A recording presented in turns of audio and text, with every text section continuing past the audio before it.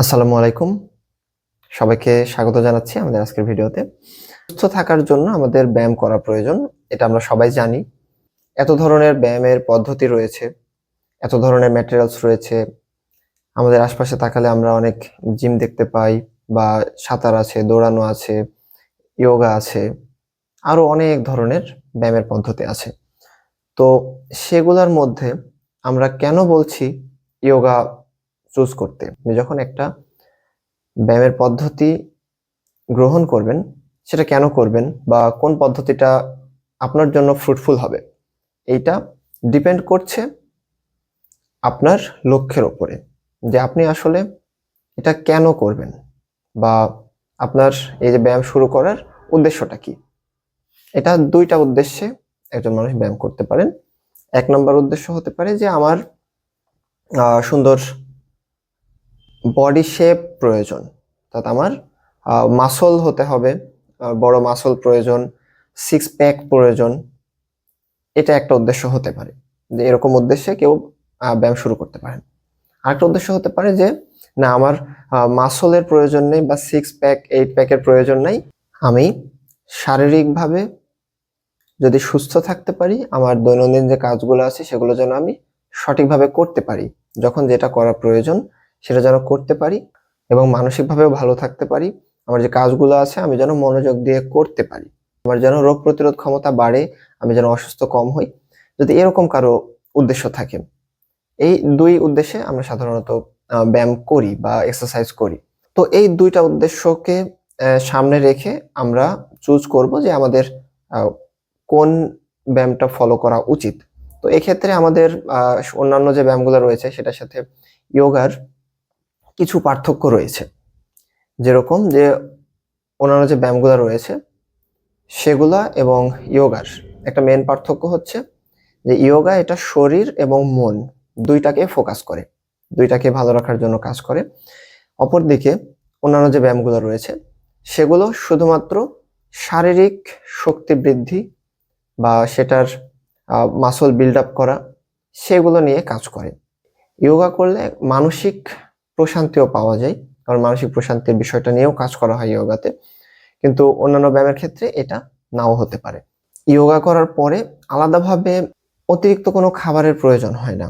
কিন্তু অন্যান্য ব্যায়াম যেগুলো রয়েছে সেগুলোর জন্য শরীরের যেহেতু ক্ষয় হয় বেশি, সো সেই ক্ষয়টা পূরণ করার জন্য অতিরিক্ত কিছু খাবার দেওয়ার প্রয়োজন হয়। ইয়োগা পেশির ব্যায়ামের সাথে সাথে স্নায়ুর যে ব্যায়াম রয়েছে, আমাদের যে নার্ভাস সিস্টেম রয়েছে সেটার উপরেও কাজ করে, সেটার উপরেও কার্যকর। কিন্তু অন্যান্য ব্যায়াম শুধুমাত্র পেশির উপরে কাজ করে, এটা স্নায়ুর উপরে কাজ করে না। আমরা জানি যে আমাদের শরীরে ২ ধরনের গ্রন্থি রয়েছে। একটা হচ্ছে অন্তঃক্ষরা গ্রন্থি এবং আরেকটা হচ্ছে বহিঃক্ষরা গ্রন্থি। তো আমাদের যে অন্তঃক্ষরা গ্রন্থি রয়েছে বা এন্ডোক্রাইন সিস্টেম রয়েছে, ইয়োগাতে সেই গ্রন্থিগুলোর উপরে কাজ হয়, সেই গ্রন্থিগুলোর উপরে প্রভাব পড়ে।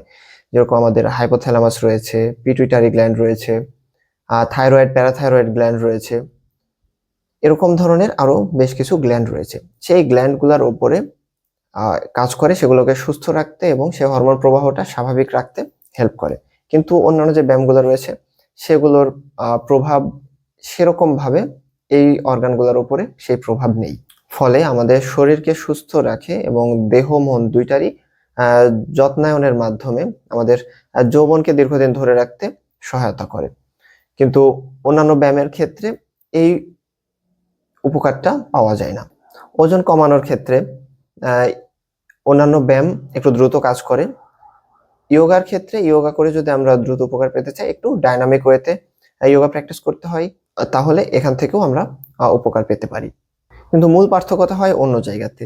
সেটা হচ্ছে যে যখন আমরা অন্যান্য ব্যায়াম করছি তখন খুব দ্রুত ওজন কমে যাওয়ার কারণে আমাদের চামড়ায় একটা ভাঁজ পড়ে বা বয়সের ছাপটা দ্রুত পড়ে। তো ইয়োগা যেহেতু আমাদের হরমোনের উপরেও প্রভাব ফেলে এবং আমাদের যে গ্রন্থিগুলো রয়েছে সেটার উপরেও কাজ করে, যার কারণে শরীরের এই যে ত্বকে ভাঁজ পড়া বা অতিরিক্ত বয়স্ক দেখানো, সেই জিনিসটা কমিয়ে আনে। এবং ইয়োগার একটা বেস্ট উপকারিতা যদি বলা যায় যে অন্যান্য কোনো ব্যায়ামে এইটা পাওয়া যায় না, যে মেরুদণ্ডকে আমরা এই যে সামনে পিছনে ডানে বামে এবং এই যে মেরুদণ্ডের যে মোচড়, এটা যোগার ক্ষেত্রে এটা পুরোপুরি এই মোচড়টা, মেরুদণ্ডের যে টুইস্ট বা মোচড়, এটা কিন্তু করা যায়, কিন্তু এটা অন্যান্য কোনো ব্যায়ামে এটা পাওয়া যায় না।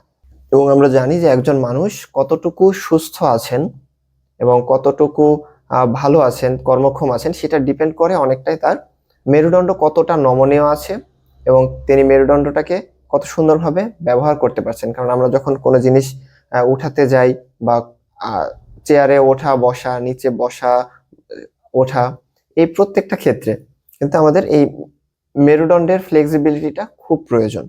তো নিয়মিত যোগা করলে মেরুদণ্ডের ফ্লেক্সিবিলিটি অনেক বাড়ে, ফলে আমরা দীর্ঘদিন সুস্থ থাকতে পারি। ব্লাড প্রেশার নিয়ন্ত্রণে যোগা খুব ভালো কাজ করে। আমরা যে ব্রিদিং এক্সারসাইজ বা প্রাণায়াম রয়েছে, সেগুলো যদি আমরা নিয়মিত প্র্যাকটিস করি, তাহলে আমাদের এই যে রক্তচাপটাকে আমরা সঠিকভাবে নিয়ন্ত্রণ করতে পারবো।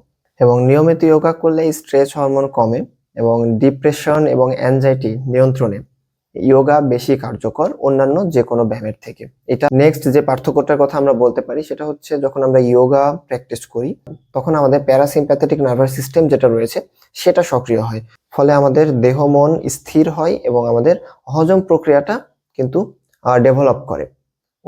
অন্য ক্ষেত্রে যখন আমরা অন্যান্য যে ব্যায়াম আছে সেটার ক্ষেত্রে আমাদের সিম্প্যাথেটিক নার্ভাস সিস্টেম যেটা রয়েছে সেটা সক্রিয় হয়, অর্থাৎ ফাইট অ্যান্ড ফ্লাইট মোড চালু হয়, যার ফলে শরীরের ভিতরে এই যে অ্যাংজাইটি বা স্ট্রেস হরমোন এটা বাড়তে পারে। তো এরকম আরো অনেক পার্থক্য রয়েছে অন্যান্য ব্যায়াম এবং যোগার মধ্যে, কিন্তু আমরা কোনটা চুজ করব, অন্যান্য যে ব্যায়ামগুলো রয়েছে সেগুলো করব নাকি আমি যোগা প্র্যাকটিস করব, এটা ডিপেন্ড করছে আমার লক্ষ্যের উপরে, আমি আসলে কি চাচ্ছি সেটার উপরে। জীবনের শেষ দিন পর্যন্ত সুস্থ থেকে নিজের কাজ নিজে করে যেতে চাইলে এবং শারীরিক মানসিকভাবে সুস্থ থাকতে চাইলে you have to choose yoga. এরকম আরো নতুন নতুন ভিডিও পেতে আমাদের চ্যানেলটি সাবস্ক্রাইব করুন এবং বেল আইকনটি প্রেস করুন, যাতে নেক্সট ভিডিওটা আপনি সবার প্রথমে পান। সুস্থ, সুন্দর, শক্তিশালী জাতি গঠনে যোগার কোনো বিকল্প নেই। এবং আপনার বন্ধু বা পরিবার বা পরিচিতদের সাথে এই ভিডিওটি শেয়ার করুন, যাতে তারাও এই সুস্থ থাকার প্রক্রিয়াটি সম্পর্কে জানতে পারে, নিজেরা যোগা চর্চা করতে পারে।